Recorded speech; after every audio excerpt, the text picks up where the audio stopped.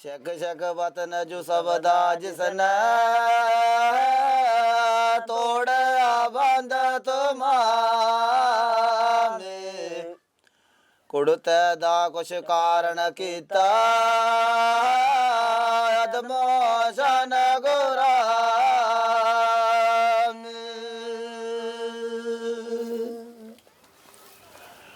लाय दिता याकूब नवीनो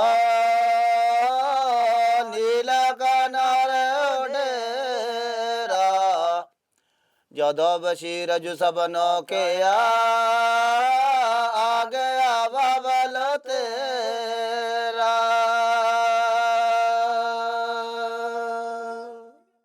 ऐसे आप पढ़े लिखे होते तो जब भी से लड़ते हैं, जब पढ़े लिखे नहीं है हमारे साथ समस्या आमते ऐसे सोच रहे हो कि हमारा जंगल ही है, हमारा जी कुछ भी है।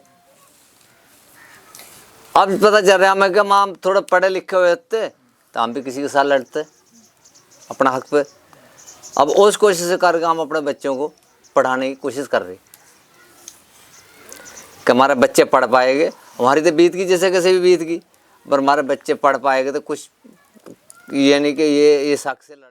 एजुकेशन ना होने के कारण उनका जो लाइवलीहुड था वो टोटल जंगलों से जुड़ा हुआ था, पशुपालन से जुड़ा हुआ था। जिस समय रिहेबिटेट होके वो लोग आए कुछ यहाँ पे ज़मीन मिली चारे के लिए और खेती के लिए, तो उनका वो लाइफस्टाइल नहीं था। और दूसरी चीज़ उनके पास एजुकेशन ना होने के कारण अपनी लाइवलीहुड एक अलग तरीके से नौकरी पैसा करने के उसमें थे नहीं। वो इसलिए नहीं थे कि क्योंकि वो भाई नौकरी पैसा के लिए भी पढ़ाई चाहिए। अब पढ़े लिखे हुए नहीं है तो वो अपना लाइवलीहुड जनरेट करने के लिए ना तो वो आगे के रहे कि कुछ नए तरीके से लाइवलीहुड जनरेट कर पाए, और पीछे के इसलिए नहीं रहे क्योंकि उनको रिहेबिटेट कर दिया गया। ज़्यादातर हमारा जो समुदाय है वो जंगलों में अंदर रहता है, तो वहाँ पे एजुकेशन पाना नामुमकिन ही है लगभग, जो गवर्नमेंट स्कूल है।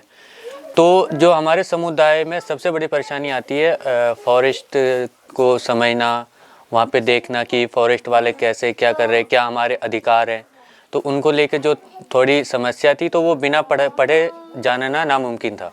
तो इसलिए हमने ये सोच के किया कि ताकि हमारी समुदाय जो आगे बढ़े, आगे जंगलों से बाहर निकल के देखे क्या हो रहा है, ये सोचकर हमने अपने समुदाय के बच्चों को पढ़ाना स्टार्ट कर दिया। जंगल के अंदर रहना बिना पढ़ाई के तो आसान है, लेकिन जंगल से बाहर निकलना आसान नहीं है बिना पढ़ाई के।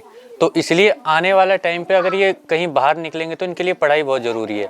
जैसे फॉरेस्ट डिपार्टमेंट से जानना, और भी बहुत सारी चीज़ें जिनके लिए पढ़ाई ज़रूरी है।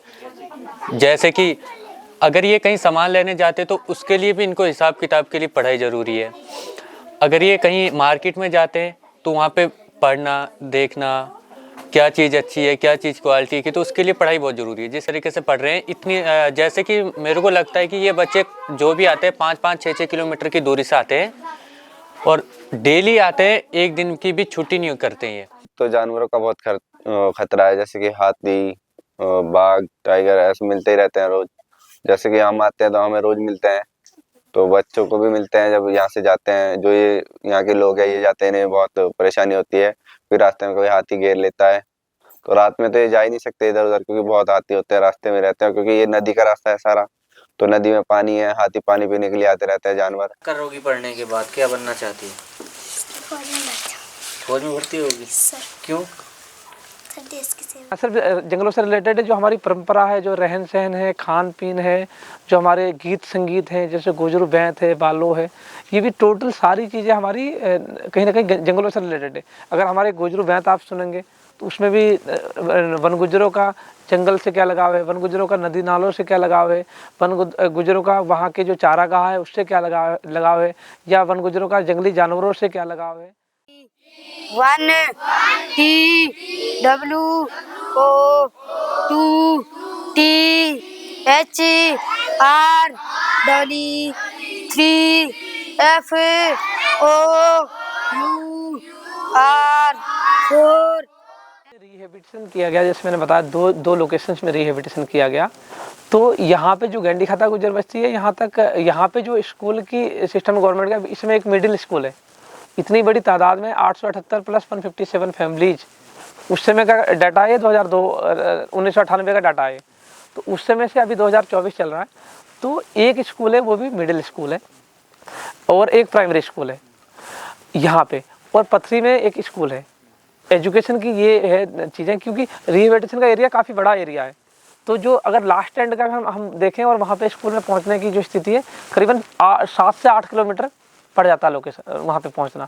एक छोटा बच्चा जो प्राइमरी लेवल का जो 6-7 साल का बच्चा है, उसको 6-7 किलोमीटर जाना अपने आप में एक बहुत बड़ा। कुछ जगहों में प्राइमरी स्कूल की सुविधा है किसी खत्तों में, और वो मुश्किल से अगर हम कुमाऊं मंडल की बात करें, जिला नैनीताल में, जिला उधम सिंह नगर में, कुछ मुश्किल से 7 से 8 की संख्या में, मैक्सिमम 10 की संख्या में प्राइमरी लेवल के स्कूल हैं। उसके अलावा अतिरिक्त जितने भी खत्ते बोलते हैं फॉरेस्ट विलेज को, वन गाँव को, वहाँ पे स्कूल की व्यवस्था नहीं है। मेरा खुद का जो खत्ता, बूढ़ा खत्ता करके मैं हूँ जिला नैनीताल से, वहाँ पे हमारी खुद की फैमिली 80 परिवार है। 80 परिवार में 100, मैंने गिनती करी थी, 140 प्लस बच्चे हैं जो 7 साल से 14 साल के बीच के हैं, जो राइट टू एजुकेशन के कैपिंग में आते हैं। तो वहाँ पे बिल्कुल भी सुविधा नहीं है स्कूल की, तो बिल्कुल नहीं है। सिर्फ वहाँ की एक बात नहीं है, गढ़वाल मंडल के जिला हरिद्वार में, जिला पौड़ी गढ़वाल में, जिला टिहरी गढ़वाल में, जिला देहरादून में, अंदर दूर दराज जंगलों में 8-8, 10-10, 12-12 किलोमीटर अंदर जंगलों में जहाँ पे वन गुजर रहता है, वहाँ पे बिल्कुल शिक्षा की सुविधा नहीं है। स्वास्थ्य तो जो है जैसे कोसों दूर है। ये सारी चीज़ें देखते हुए हमने, हमारे जो युवा साथी हैं, जो लड़कियां हैं, लड़के हैं, जो थोड़े बहुत किसी तरह से जैसे तैसे घर से दूर रह के, या कहीं पे जिनको एजुकेशन की फैसिलिटी थोड़ी बहुत थी, या अपने किसी रिश्तेदार के यहाँ रह के थोड़े बहुत पढ़ पाए, हम लोगों ने आपस में चर्चा करी और युवाओं की हमने एक टीम बना के चर्चा करी। तो हम लोगों ने ये करा कि भाई जहाँ जहाँ पे हम युवा साथी जो अगर इवन अभी कोई स्टूडेंट है या कोई प्राइवेट पढ़ाई कर रहा है, कोई बीए कर रहा है, कोई कुछ कर रहा है, तो वहाँ पे जाके हमने पहले तो अपने सियाने बुजुर्गों से बात करी। बात करके वहाँ पे एजुकेशन के लिए कुछ चीज़ें हम निकाल पाए करके वो करा। तो चीज़ें क्या हो पाई कि हमारे पास फ़िलहाल तो हमने बहुत सारी कोशिश करी, हमने बहुत सारे नज़दीकी स्कूलों में जाके भी प्रयास करा कि हमारा वहाँ पे कुछ सुविधा वो नहीं हो पाया। तो एट द एंड हमने ये डिसाइड किया कि हम कम से कम हफ्ते में 2 से 3 दिन एक युवा साथी एक जगह, एक लोकेशन में जाके पढ़ाएगा। और जैसे सोमवार, मंगलवार, बुधवार एक साथी ने पढ़ा लिया, फिर वीरवार, शुक्रवार, शनिवार दूसरा साथी चल जाएगा। हफ्ते में अपने 2 या 3 दिन साथी देगा। और ऐसे करके हमने 7 से 8 लोकेशंस अभी फ़िलहाल आइडेंटिफाई करी हुई है, जहाँ पे हम पिछले 3-4 महीनों से, प्रयास तो हमारा पिछले 1 साल से था, लेकिन पिछले 3-4-5 महीनों से हम लोग वो चीज़ कर पा रहे हैं। जिसमें जिला हरिद्वार में कुछ हमने लोकेशंस आइडेंटिफाई करके वहाँ पे हम लोगों ने शुरू कर चुके हैं। जिला नैनीताल में हम लोग शुरू कर चुके हैं, जिला उधम सिंह नगर में अभी 7 से 8 लोकेशंस हमने आइडेंटिफाई करके ये चीज़ें हम कर पाए हैं। जो लेटेस्ट है वो 1.5 महीना हुआ हमने स्टार्ट किए हुए। तो ये चीज़ें हैं, तो उसमें हम निःशुल्क पढ़ाते हैं बच्चों को। तो अब बल्कि दूर दराज 12 से 15 किलोमीटर जाके जो मोटरसाइकिल में भी तेल वगैरह लगता है, तो कहीं ना कहीं जो कम्युनिटी तेल की व्यवस्था थोड़ी बहुत कर देती है, इतना ही करती है। बाकी हम लोग कुछ भी पेमेंट नहीं लेते हैं, क्योंकि हम लोग चाहते हैं कि वो लोग कम से कम इतनी अवेयरनेस हो जाए कि पढ़ लें।